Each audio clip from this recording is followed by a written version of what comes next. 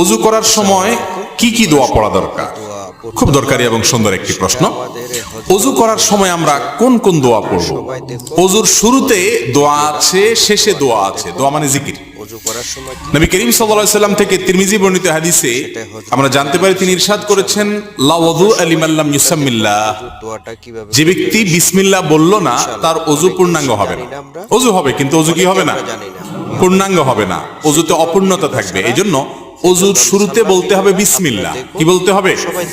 বিসমিল্লাহ বলে এরপরে ওযু শুরু করতে হবে। আমাদের অনেকেই আছি আমরা, ওই যে মোবাইলের ব্যস্ততা, নানা ব্যস্ততার কারণে আমরা এসে ট্যাপটা ছেড়ে দিয়ে হুট করে হাত ঢুকে দিয়ে আমরা ওযু শুরু করে দিই। বিসমিল্লাহ বলার আর খোঁজ খবর।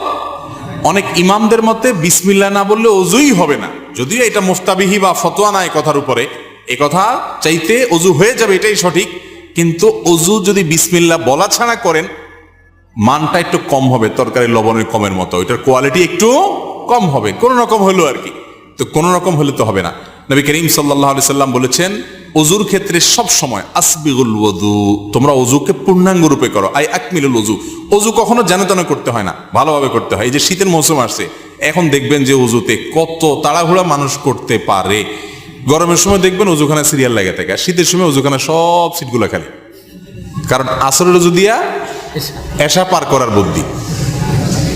অথচ এরকম চাপাচাপি করে ওযু ধরে রাখা ঠিক না, স্বাস্থ্যের জন্য ক্ষতিকর, আমলের জন্য ক্ষতিকর।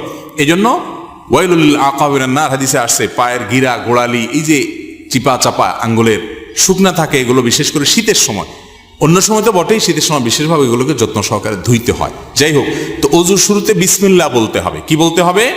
বিসমিল্লাহ। এটা হলো প্রথম ওযুর শুরুর জিকির। আর ওযুর মাঝখানে কিছু পড়তে হবে কিনা, আপনারা অনেক বই পুস্তক দেখেন, সেখানে হাত ধোয়ার একটা দোয়া আছে, কুলি করার একটা দোয়া আছে, মুখ ধোয়ার একটা দোয়া আছে, মাথা মাসা করার আরেকটা দোয়া আছে, পাও ধোয়ার একটা দোয়া আছে। আছে না নাই? এই সবগুলো দোয়া মুখস্থ আছে এরকম কপালওয়ালা একজন মানুষ দেখি? সবগুলো দোয়া মুখস্থ আছে এরকম কেউ নাই? মাশাআল্লাহ, আপনারা দেখা যায় সুন্নত বেদাতের পার্থক্য ভালো বোঝেন। যাক, এটা বিশুদ্ধ কোনো হাদিস দ্বারা প্রমাণিত নয় যে সকল অঙ্গ প্রত্যঙ্গে আলাদা আলাদা দোয়া আছে, তাহলে তো একজনের ওযুতে 10 মিনিট করে লাগবে, ঠিক না? ওযুর শুরুতে শুধু বিসমিল্লাহ পড়বেন, এটি হাদিস দ্বারা প্রমাণিত, যেটি বললাম তিরমিজির হাদিস।